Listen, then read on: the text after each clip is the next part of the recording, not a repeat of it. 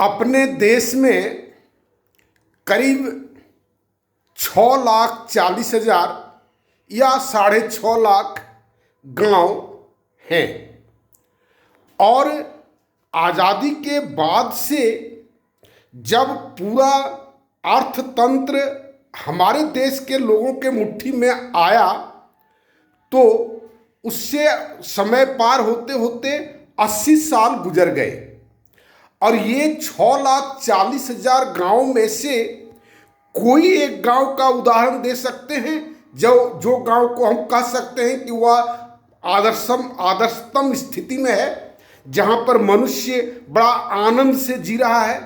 वहाँ का उत्पादन, वहाँ का हवा, वहाँ का पानी, वहाँ का निवास, वहाँ का रोड, वहाँ का वातावरण, एक गांव का उदाहरण आप दे सकते हैं। सब लोग गांव कहने से ये समझ में आता है कि पिछड़ा, दरिद्र, सारी चीज़ों की असुविधा, स्कूल की व्यवस्था नहीं, कॉलेज की व्यवस्था नहीं, चिकित्सालय की व्यवस्था नहीं। गांव कहने से यही दृश्य हमारे आंख के सामने उभर करके आता है, जबकि 70 to 80% पॉपुलेशन हमारे गांव में रहती है और उसकी दुर्दशा आज तक आप देखें, इस पर किसका ध्यान है, कौन सा नेता का ध्यान है या कौन सा प्लानिंग कमीशन का ध्यान है, आप आज़ादी के बाद से लेकर के आप देखेंगे।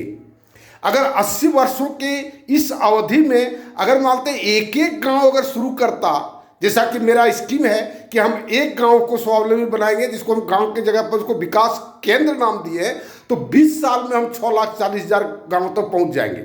और वह 80 वर्षों में वो 6,40,000 गांवों तक नहीं पहुंच गया। लोगों ने स्मार्ट सिटी बनाने का प्रयास किया। क्या ये सब मजाक करता है लोगों के सामने।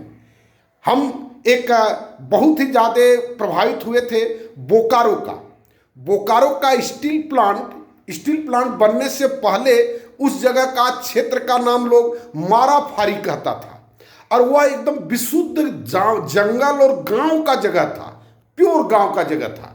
और उस बोकारो को जब हम देखे तो हमको लगा कि वाह ये चीज़ है। तो लोगों ने कहा कि वो मॉडल टाउन बनाया है, रशियन के मदद से बनाया है, रूस के मदद से बनाया, बहुत सारा देश और विदेशियों से भी बना है, लेकिन उस ढंग का मॉडल जो लोगों ने बनाया, औद्योगिक केंद्र बनाया, उस ढंग का वो ग्रामीण केंद्र क्यों नहीं बनाया लोगों ने। हमको सबसे ये दिक्कत लगता है। और उसको भी बनाने का क्या तरीका है न, वहाँ के सभी लोगों को विस्थापित कर दिया, और वो कहाँ गया किसी को कोई ट्रेस नहीं, किसी को पैसा दिया, किसी को नौकरी दिया। नौकरी तो एक जनरेशन का होता है। कहने का मतलब है जो उस जमीन पर रहने वाले लोगों को उस जमीन से उजाड़ दिया और बैठाया इंडस्ट्री। ये गलत पॉलिसी था। किसी व्यक्ति को उसके जमीन से हम क्यों उजाड़ेंगे। क्या संभव नहीं है कि जितना मानते प्लांट था उसमें से उस गांव का सभी आदमी के लिए भी वहां पर रिहायशी व्यवस्था होती, उसकी वहां पर नौकरी की व्यवस्था होती। बहुत तरह का नौकरी है, कोई जरूरी नहीं है कि प्लांट में हम इंजीनियर का ही नौकरी करें। लेकिन ये एक सरकार का पॉलिसी वैसा नहीं होता, चूंकि वो सब पॉलिसी के जो निर्माता होते हैं वो जन सामान्य नहीं होते हैं, इसलिए जन सामान्य की असुविधाओं से उनको कुछ लेना देना नहीं है। किसी तरह से बरगला करके काम निकाल लेना है और बोकारो का जो एम्प्लॉयमेंट था जिसमें हम शुरू में गए थे, उसमें का एम्प्लॉयमेंट, नंबर ऑफ एम्प्लॉयज़ और आज नंबर ऑफ एम्प्लॉयज़ अगर आप देखेंगे, हमको लगता है आधी से भी कम हो गई है। लोगों का तर्क है कि ये लोग काम नहीं करते थे, कंपनी घाटा में जा रहा था, इस तरह का बहुत सारा बात देता है। कंपनी में घाटा आता नहीं है, घाटा में लाया जाता है। कंपनी में घाटा में लाया जाता है, स्कूल को बर्बाद किया जाता है ताकि प्राइवेट स्कूल का प्रचलन बढ़ सके, शिक्षा के नाम पर प्रदूषण, एक्सप्लॉयटेशन हम कर सकें। सरकारी हॉस्पिटल को जानबूझ करके ध्वस्त किया जाता है, सरकारी रोड को जानबूझ करके ध्वस्त किया जाता है। आप देखें वो जो क्या नाम है उसका, नितिन गडकरी का क्या हाईलाइट था, वो रोड मैन उनको कहना जाने लगा था और आज उनका देखिए रोज वीडियो निकलता है, ये निकलता है, वो निकलता है। क्या है, क्या ये सारी चीज़ों को अगर देखेंगे तो भारत के किसी नीति निर्धारक ने कभी 1,40,40,000,000 के बारे में नहीं सोचा, 6,40,000 गांव के संबंध में सोचा ही नहीं। और कुछ जो एक बार बीच में हमारे ये प्रोग्राम सुनने के बाद या पता नहीं किस कारण से, क्योंकि हम बहुत दिनों से ये बात संघ के लोगों को सुनाते आए हैं गांव का विकास, तो गांव को गोद लेने की संकल्पना आई। और गोद लेने की संकल्पना ये कहने की बात नहीं है। जिसके जिसके अगल बगल में अगर किसी के गांव के पास में गोद लिया है तो उसको आप देखें और उसका वीडियो बना करके आप भेजें, जो गोद लेने के बाद उस गांव में क्या क्या विकास हुआ, कितने लोगों का एम्प्लॉयमेंट बढ़ा, किसको हम परमानेंट रोजगार की व्यवस्था कर पाए।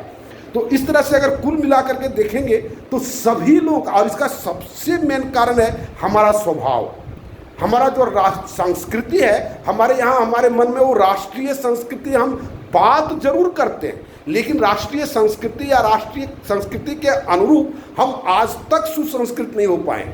आज भी जब हम लोगों के पास जाते हैं, लोगों से मिलते हैं, तो अच्छा आदमी जिसको मर जाने के बाद कम से कम 10 करोड़ 20 करोड़ 50 करोड़ रुपया वो छोड़ कर जाएगा, और जब उसको 10 लाख देने की बात करते हैं तो ही करना शुरू करते हैं, ये नहीं होगा, वो नहीं होगा, ऐसा नहीं हो सकता, वैसा नहीं हो सकता है, फलाना धसका, ये बैकवर्ड फॉरवर्ड, हिंदू मुस्लिम सिख ईसाई, लंद फंद मैंने गप करके समय पार करता। और यही सब लंद फंद करके पूरा राष्ट्र का समय लोगों ने अभी तक पार किया है, अभी तक पार किया है। मेरी नज़र में कहीं नहीं दिखाई पड़ता है कि जो विकास का जो काम हुआ वह हुआ है, लेकिन उसके पीछे भी उनका स्वार्थ था, और वो एकदम निस्वार्थ ढंग से शुरुआती दौर में कुछ काम हुआ। हीराकुंड बांध हो, भाखड़ा नंगल बांध हो, बोकारो की तरफ स्टील प्लांट हो, भिलाई की तरफ स्टील प्लांट हो, इस तरह का जो शुरुआती दौर में जितना पीएसयू बना, इसके बाद तो पीएसयू को ध्वंस करने का राजनीति चलने लगा।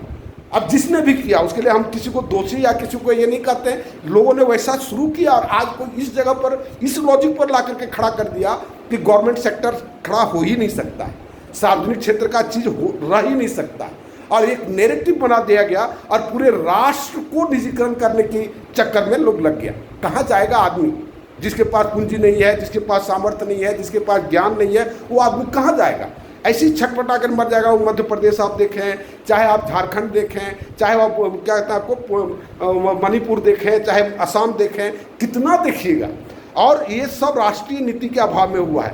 और इन सारी चिंतों को चिंता करके हमने माई न्यूज सोशल सिस्टम बनाया है, उसको आप देखें, यूट्यूब में ही मौजूद है, @प्रदीप सरोज 5144 PRADIPSAROJ5144। इसको देखें, इस पर मनन करें, चिंतन करें, और अगर आप में सामर्थ्य हो तो खड़ा होने का प्रयास करके मेरे इस काम को शुरू करने में मदद करें। धन्यवाद।